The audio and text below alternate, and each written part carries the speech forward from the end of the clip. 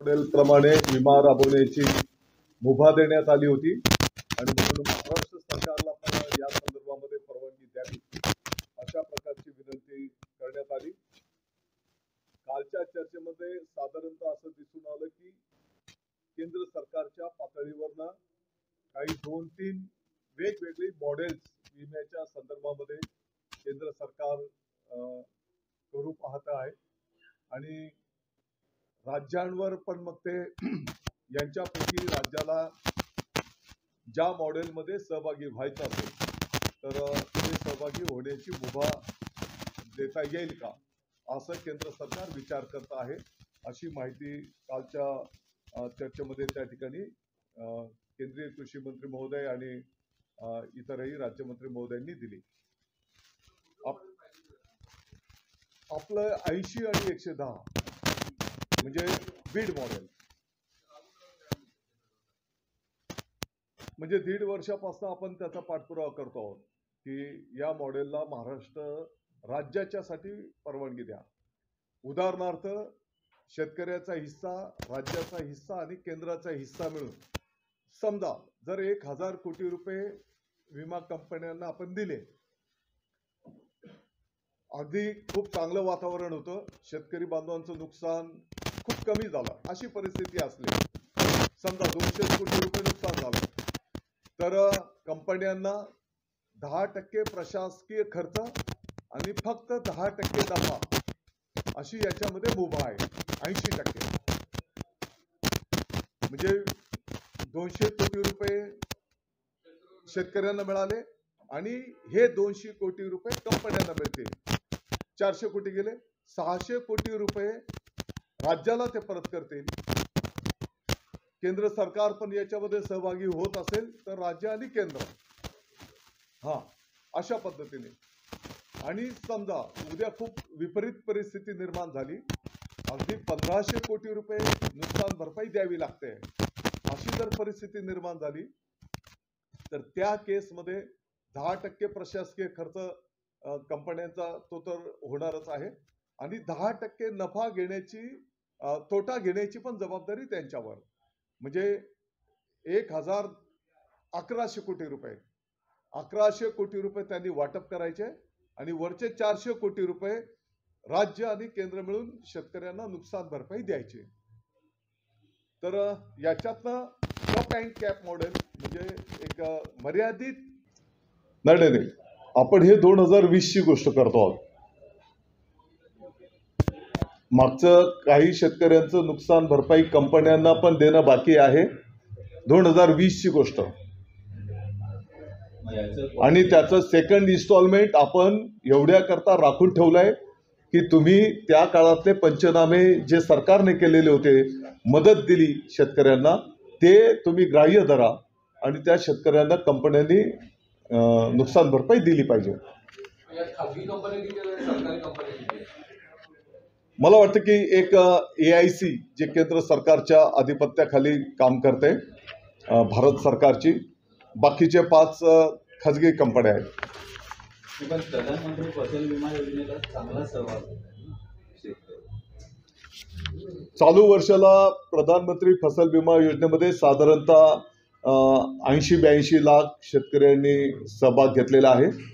पाठीमागच्या काळामध्ये 1 कोटीच्या पुढे हा आकडा जायचा।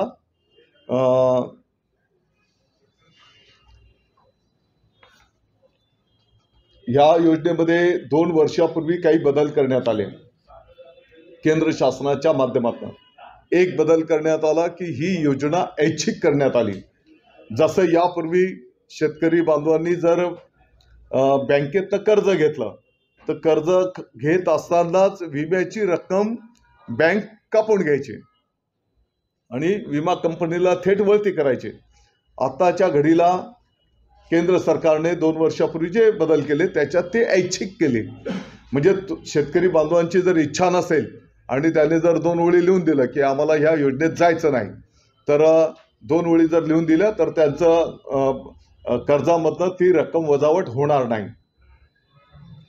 दुसरा एक बदल केला केंद्र सरकारने की 30% पर्यंतचे जे प्रीमियम आहेत तिथपर्यंत 12.5% केंद्र सरकारने स्वतःची जबाबदारी ठेवली. 30% पुढचे जे प्रीमियम जातील त्या प्रीमियमची जबाबदारी एकतर शेतकऱ्यांवर किंबहुना सरकारवर असं त्यांनी त्या ठिकाणी निश्चित केलेलं आहे. आपल्याला माहिती आहे की खरीप हंगामामध्ये 2% रक्कम शेतकरी बांधवांना भरावी लागते, रबीमध्ये 1.5% रक्कम भरावी लागते आणि फळपीक विम्यामध्ये 5% रक्कम शेतकऱ्यांना भरावी लागते. उर्वरित जी रक्कम आहे यापूर्वी राज्य आणि केंद्र 50-50% असायचे. समजा एखादा प्रीमियमला तर शेतकऱ्याचा हिस्सा जसं मी आता बोललो 1.5%, 2% आणि 5% पर्यंत मर्यादित आहे. उर्वरित प्रीमियम राज्य सरकार 50% आणि केंद्र सरकार 50% भरायचे यापूर्वी. परंतु गेल्या 2 वर्षाच्या पासून केंद्र सरकारने स्वतःची जबाबदारी 12.5% पर्यंत मर्यादित ठेवली आणि मग तरी पण राज्य सरकारने याच्यामध्ये 35% पर्यंतचे जर प्रीमियम आले तर वरचे 5% पण राज्य सरकार बिअर करतो आहे आणि 35%च्या पुढे जर प्रीमियम गेले तर त्याच्यातलं 50% राज्य सरकार आणि 50% शेतकरी असं त्याचं कॅल्क्युलेशन त्या ठिकाणी केलं जात आहे. तर 2020च्या संदर्भामध्ये पण मला वाटतं की केंद्र सरकार पीक विमा कंपन्यांशी संवाद परत एकदा साधणार आहे. प्रमुख 2 विषय होते. रासायनिक खते आम्हाला जो काही आमचा रेग्युलर आमचं आवंटन आहे दर महिन्याप्रमाणे ते पूर्ण क्षमतेने आम्हाला मिळालं पाहिजे आणि पीक विमा योजना की ज्याची माहिती मी आता आपल्या समोर बीड मॉडेलला लवकरात लवकर आम्हाला मान्यता द्या की जेणेकरून त्याचं मार्गक्रमण आम्हाला खरीप हंगामाच्या पार्श्वभूमीवर त्या ठिकाणी करता येईल. त्याच्यासोबतच जे काही एकात्मिक फलोत्पादन अभियान आहे त्याच्यामधले जे काही घटक असतात त्या घटकांचं 2014 मध्ये त्याचे दर निश्चित करण्यात आलेले आहेत. उदाहरणार्थ कांदा चाळ असेल, वेअर हाऊस असेल, कोल्ड स्टोरेज असतील, शेताच्या आपण जे काही पॉली हाऊस वगैरे करतो याचे जे मापदंड होते हे 2014 मध्ये निश्चित करण्यात आलेले आहेत. आज आपण 2022 मध्ये आहोत. आपल्याला माहिती आहे की लोखंड स्टीलचे भाव गेल्या 2-3 महिन्यामध्येच मोठ्या प्रमाणात वाढलेले आहेत आणि म्हणून हे मापदंड पण त्या ठिकाणी वाढवावे असं केंद्र सरकारला काल आम्ही विनंती केलेली आहे.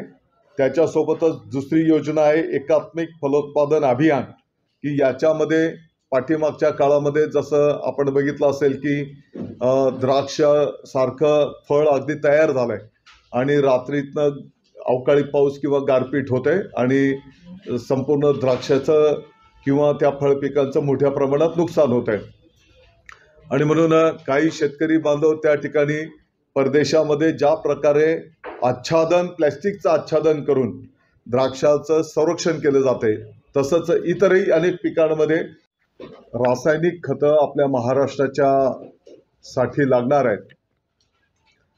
आपल्याला माहिती आहे की 1,45,00,000 हेक्टर आपल्या खरीप हंगामामध्ये पेरणीखाली येते आणि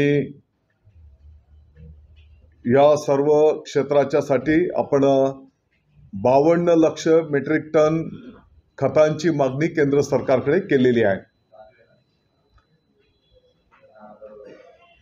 ह्या 1,45,00,000 हेक्टरच्या पैकी सोयाबीन आणि कापूस ही आपली 2 प्रमुख पिकं आहेत. साधारणतः 85 लक्ष हेक्टर क्षेत्र या 2 पिकांच्या खाली येते आणि एकूण क्षेत्राचं जर आपण कंपॅरिझन केलं तर साधारणतः 60% क्षेत्र या 2 पिकांच्या खाली येते.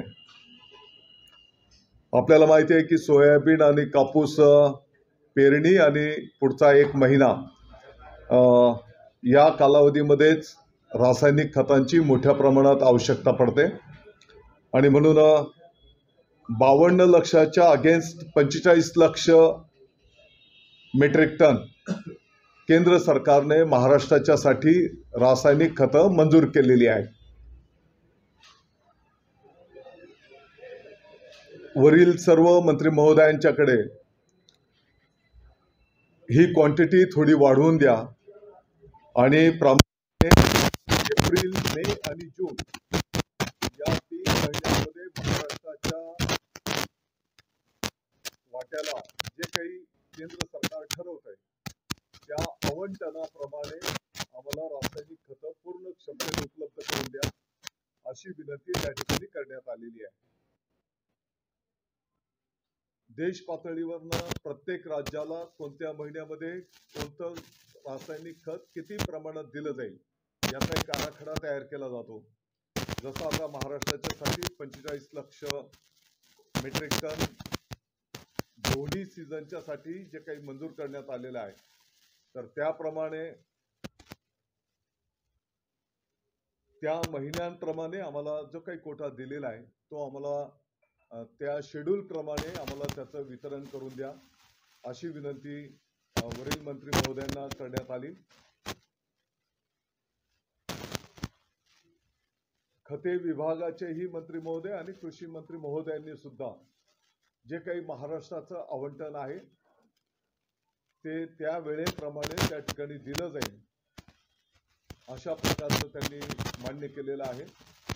ची जबाबदारी कंपन्यांवर होते आणि हा जर उद्या आज जशा मोठ्या प्रमाणात निधी कंपन्यांना मिळतो तर मला वाटतं की हा खूप छोट्या विषयावर त्या ठिकाणी येणार आहे. बाकीची जबाबदारी मग राज्य आणि केंद्र मिळून जायचं असेल तर मिळून आपण जाऊ शकतो. आणि आपल्याला माहिती आहे की 2020-21चे सेकंड इन्स्टॉलमेंट राज्य सरकारने आणि केंद्र सरकारने पण विमा कंपन्यांना दिलेलं नाही.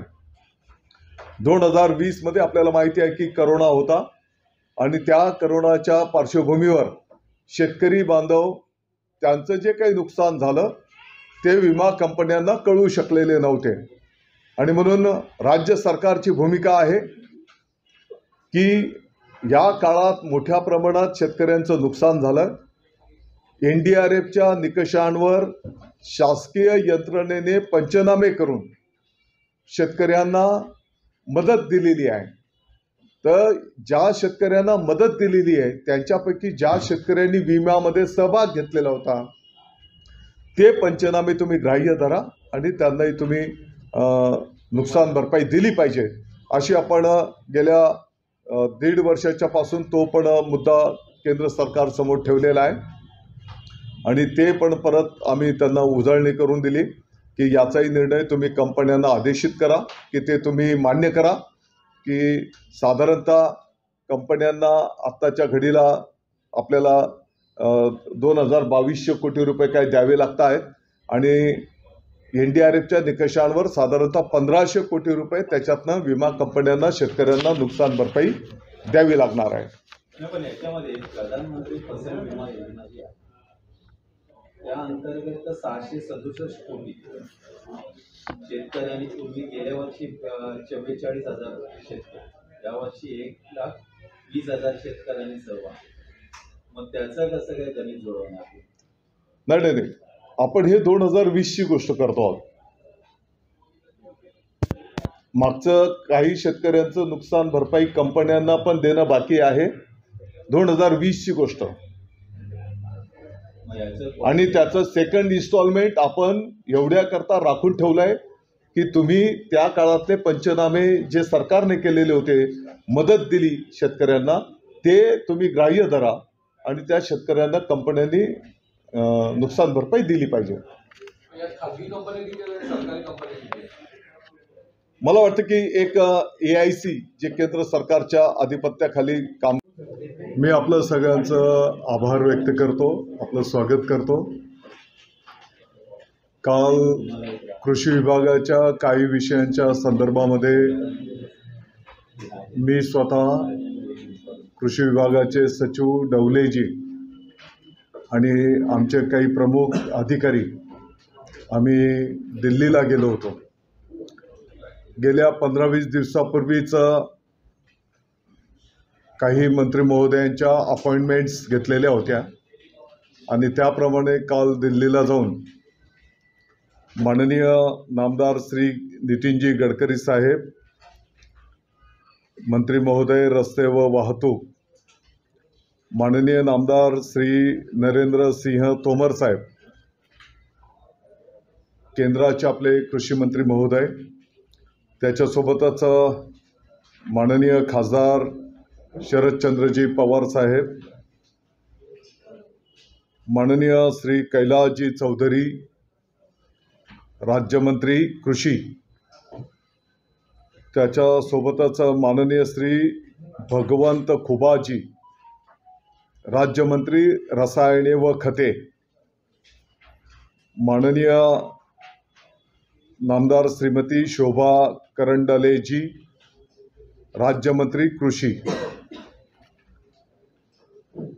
कृषी विभागाचे केंद्राचे सचिव माननीय चतुर्वेदीजी आणि जतीनजी चव्हाण यांच्या काल त्या ठिकाणी भेटी घेतल्या. प्रमुख प्लॅस्टिकचं आच्छादन असेल किंवा नेट जाळी लावून काही फळबागांचं शेतकरी बांधव या नुकसानीपासून ते वाचवण्याच्या दृष्टिकोनातून प्रयत्न करीत असतात. या संदर्भामध्ये विद्यापीठांनी पण प्रयोग केले आणि त्यांनी त्यांचा अहवाल सादर केलेला आहे. अधिवेशन काळामध्येही मोठ्या प्रमाणात या विषयावर सभागृहात चर्चा झाली आणि म्हणून आपल्याला माहिती आहे की महाराष्ट्रामध्ये फळबागा मोठ्या प्रमाणात आहेत आणि हे प्लॅस्टिकचं जर आच्छादन असले, नेटचं जर आच्छादन आपण देऊ शकलो शेतकऱ्यांना, याला खर्च मोठ्या प्रमाणात येतो. तर याच्यातला काही भाग एक सपोर्ट योजनेच्या माध्यमातून राज्य सरकार केंद्र सरकार मिळून जर आपण करू शकलो तर या शेतकरी बांधवांचं नुकसान आपण टाळू शकतो. हे सगळं आम्ही मंत्री महोदयांच्या समोर नमूद केलं आणि योजनेमध्ये यांचाही समावेश करावा अशा प्रकारची विनंती कालच्या चर्चेमध्ये त्या ठिकाणी केलेली आहे. तिसरा एक महत्त्वाचा मुद्दा आहे की चालू वर्षाला कांद्याचं मोठ्या प्रमाणात पीक आपल्या महाराष्ट्रामध्ये आलेलं आहे आणि गेल्या महिन्याभराच्याच फक्त कालावधीमध्ये साधारणतः 1,500-2,000 हजार रुपयाच्या पुढे जे काही कांद्याला दर मिळायचे, तर आत्ताच्या घडीला 500-600 रुपयापासून तर मॅक्सिमम 800-900 रुपयापर्यंत शेतकऱ्यांना कांद्याचा दर मिळतो आहे. आणि म्हणून कांद्याचं निर्यातीची क्वांटिटी वाढवा आणि त्याच्यासोबतच नाफेडच्या सोबत नाफेडमार्फत दर वर्षाला केंद्र सरकारच्या वतीने हस्तक्षेप योजनेच्या माध्यमातून नाफेडच्या माध्यमातून कांदा खरेदी केला जातो आणि त्याच्यामुळे एक मार्केटमध्ये जो काही मोठ्या प्रमाणात कांदा येतो तर त्याचा बॅलन्स, कारण तो खरेदी करून स्टॉक केला जातो, तर त्या माध्यमातून दरामध्ये एक बॅलन्स ठेवण्याचं काम नाफेडच्या या हस्तक्षेप योजनेच्या माध्यमातून संपन्न होत आहे. आणि ही हस्तक्षेप योजनेच्या माध्यमातून कांद्याची खरेदी नाफेडच्या माध्यमातून लवकरात लवकर सुरू करावी अशी विनंती काल आम्ही त्या ठिकाणी केलेली आहे आणि त्यांनी हे लवकरच आम्ही सुरू करू असं आश्वासन दिलेलं आहे. दोन्ही सीझनच्यासाठी जे काही मंजूर करण्यात आलेलं आहे तर त्याप्रमाणे त्या महिन्यांप्रमाणे आम्हाला जो काही कोटा दिलेला आहे तो आम्हाला त्या शेड्यूल प्रमाणे आम्हाला त्याचं वितरण करून द्या अशी विनंती वरील मंत्री महोदयांना करण्यात आली. खते विभागाचेही मंत्री महोदय आणि कृषी मंत्री महोदयांनी सुद्धा जे काही महाराष्ट्राचं आवंटन आहे ते त्या वेळेप्रमाणे त्या ठिकाणी दिलं जाईल अशा प्रकारचं त्यांनी मान्य केलेलं आहे. महाराष्ट्रामध्ये खतांची टंचाई निर्माण होऊ नये किंवा खतांच्या दरामध्ये बाजारामध्ये पण एक स्टॅबिलायझेशन असलं पाहिजे म्हणून बफर स्टॉक महाराष्ट्रामध्ये जे काही केला जातो त्याचीही माहिती आम्ही केंद्रीय मंत्री महोदयांना दिली आणि कदाचित देश पातळीवरही त्यांनी असे प्रयोग करावेत अशा प्रकारची विनंती आम्ही त्यांना केली. आणि यासाठी जो काही खर्च येतो साधारणतः महाराष्ट्राला आपल्याला मागच्या वर्षाला 8-10 कोटी रुपये बफर स्टॉक करणं आणि तो जिथे कुठे थोडंफार कमी पडलं तर तिथे तो आपण उपलब्ध करून देतो. शासनाच्याच वतीने ही प्रक्रिया केली जाते. तर याच्यातला निम्मा खर्च जर केंद्र सरकारने दिला राज्यांना तर ते चांगलं संयुक्तिक होईल अशी पण विनंती आम्ही त्यांना केलेली आहे. कालच्या भेटीमधले 2 प्रमुख विषय होते. जसं रासायनिक खते आम्हाला एप्रिल, मे आणि जूनचं वेळेवर मिळायला पाहिजे. त्याच पद्धतीने पीक विमा योजना हा जो काही एक संवेदनशील विषय होऊन बसलेला आहे. तर या संदर्भामध्ये गेल्या 1.5 वर्षाच्या पासून महाराष्ट्र शासनाच्या वतीने नफा आणि तोटा याच्यामध्ये संतुलन राखणारं जे काही बीड मॉडेल आहे 80-110 नुकसान झालंय तर त्याची पण एक मर्यादित जबाबदारी कंपन्यांवर, बाकीची जबाबदारी राज्य आणि केंद्र, आणि नफा झाला तर त्याच्यातही एक मर्यादित नफा घेण्याची कंपन्यांना मुभा. 10% नफा आणि 10% तोटा अशा प्रकारचं हे जे काही मॉडेल आहे या मॉडेलला केंद्र सरकारने मान्यता द्यावी. गेल्या 1.5 वर्षांपासून आम्ही पाठपुरावा करतो आहोत.